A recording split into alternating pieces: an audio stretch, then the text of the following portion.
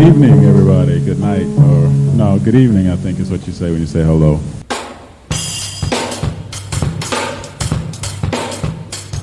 Talking Dirty with Maestro. Not just numbers, Not just stats. it's about what they mean.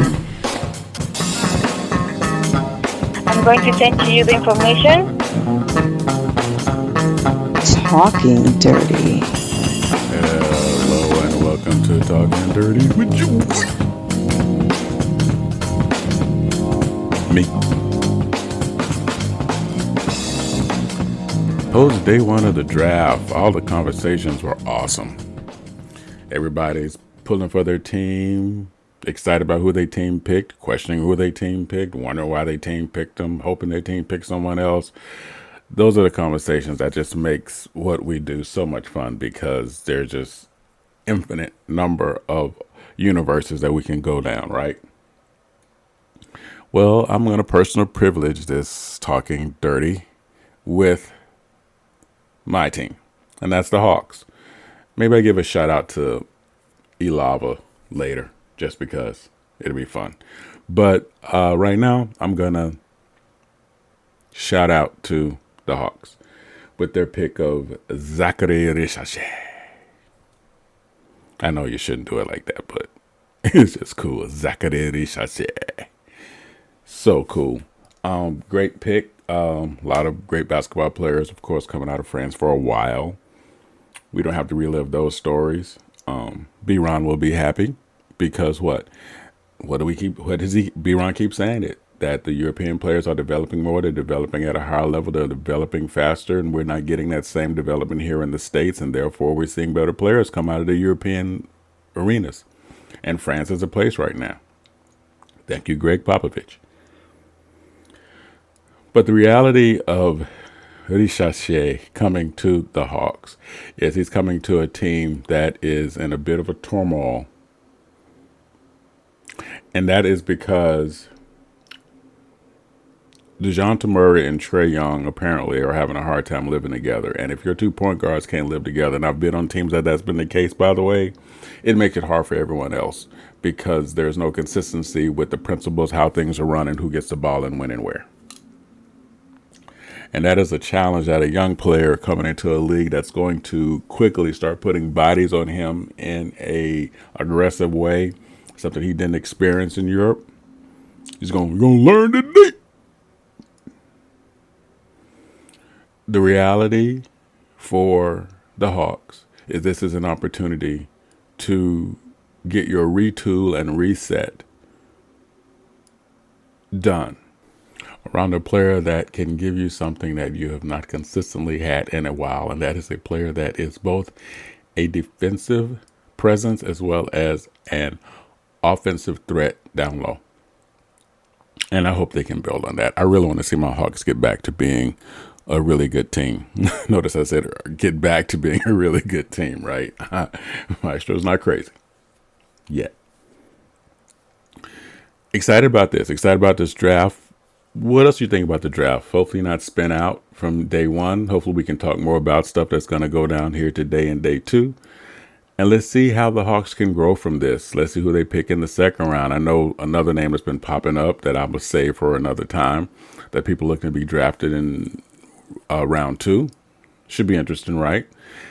But what do you think about your franchises? Don't just look at the team on the floor. Look at the organization.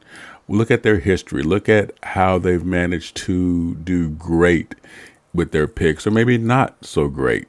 Organizations like the Spurs, who always seem to pick the right person and do the right thing and build their team the right way. Other organizations that are coming up that are seeming to be able to do the same things, like the Mavericks, and teams that always seems to draft people that gives them issues or becomes problems later.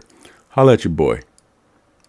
Let me know how you think your organization historically does in the draft. And you know what? But before we go, though, you can catch me on the other side.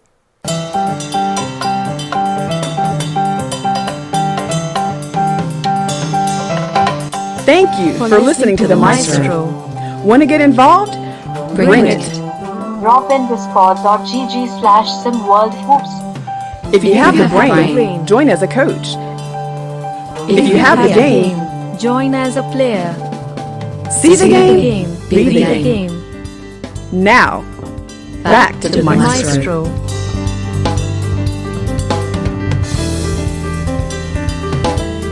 Sorry. We'll be right back. Okay, we're back. And welcome back to Talking Dirty with your boy. The draft is always an interesting story to follow for a lot of different reasons. It is interesting because you really get a chance to see an organization at hopefully its best, but you learn a lot more about your organization, not only in who they draft, how they draft, and how they go about implementing that draft pick into the overall system and scheme. In other words, the draft is one way that you can see if your team really has a plan. I'm just going to speak directly. My teams rarely, in terms of teams that are impacted by draft, my teams have rarely successfully drafted players because they have not consistently had a plan. Talked about the Hawks in the first half of today. My New York Jets have had horrible results from drafts, not because the players weren't good, but because the organization was too disjointed from top to bottom. General manager, front office people, ownership, executive management are all on different pages. And then you get the coaches involved, and then there's even more pages that are not even connected in the same notebook. And that can be a problem. A great player going to a bad team is the equivalent of a bad team just not getting better. And the reality for young people, more and more now, at least the people who are being drafted, and this is both in the women's game too, where you go is important as to when you go. And what we need to understand is, as we honestly look at our organizations and how they draft, it tells us about our organization. Now, we root for the colors no matter what, right? We root for what's on the front of the jersey. We root for the history. That's our team or whatever. I don't know if people jump teams the way as much as other people say they do. Hit your boy up on that. Holler at your boy, because I'm not sure how that works. I know I have not, but I know some people who do. They're just going to go with who's ever winning right now. But I think for the true fans, I think for the people who stay with their team, there's an honesty about, look, I know my team is not the best or they suck, and I'm going to be with them anyway. And I think that's where most fans are. I think that's where most fans root for. And also understanding that process, and this is a shout out to Elava, you have to look at the people who've been around those industries that have given advice. For instance, when Michael Jordan was coming out, Bobby Knight was asked advice by Portland about who should they pick, and they said Michael Jordan. They said, well, we need a center. He says, well, play Michael Jordan at center. Now, why did he say that? Because Michael Jordan was the best player, and Bobby Knight, of all people, knew that if you got a player that is transformative in basketball, all you need is one, then you get a second. Next thing you know, you have a dynasty. Other situations of teams that didn't draft, Pittsburgh had a chance to draft Dan Marino, did not do that because they already had Terry Bradshaw, and it took them years before Ben Roethlisberger came along. Look at what has happened with other franchises and other sports that had a chance to draft someone.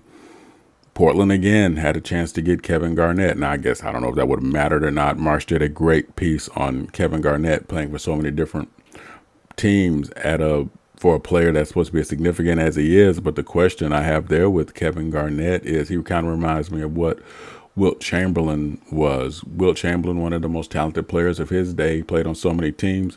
And quite frankly, we find out more and more later how little he was cared for within the league by his own teammates, though there was some respect there. So just curious, the idea of what a team can do and how a team should do it. We learned that in the draft, and I think that's what's exciting. Give me your best draft story. Give me a draft story that you might have heard, rumored or not, of how somebody got picked by somebody else. It doesn't matter the sport. SWBA, SWFL, whatever. Just drop down a story down beneath and tell us what you think that says about your organization. And are you someone who hops teams, or do you know someone who hops teams? How do you feel about that? Holla at your boy. You know, let you just see what's up, man. Let's have some fun with this. All right. Appreciate you. And you know what I realized the other day? I think my mom is Sarah Connor. Like, I need to talk to somebody.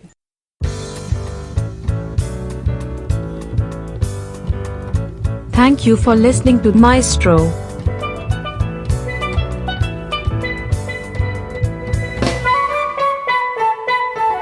Thank you again for checking out Maestro. Drop a tag below and give us a piece of your mind. See you next time.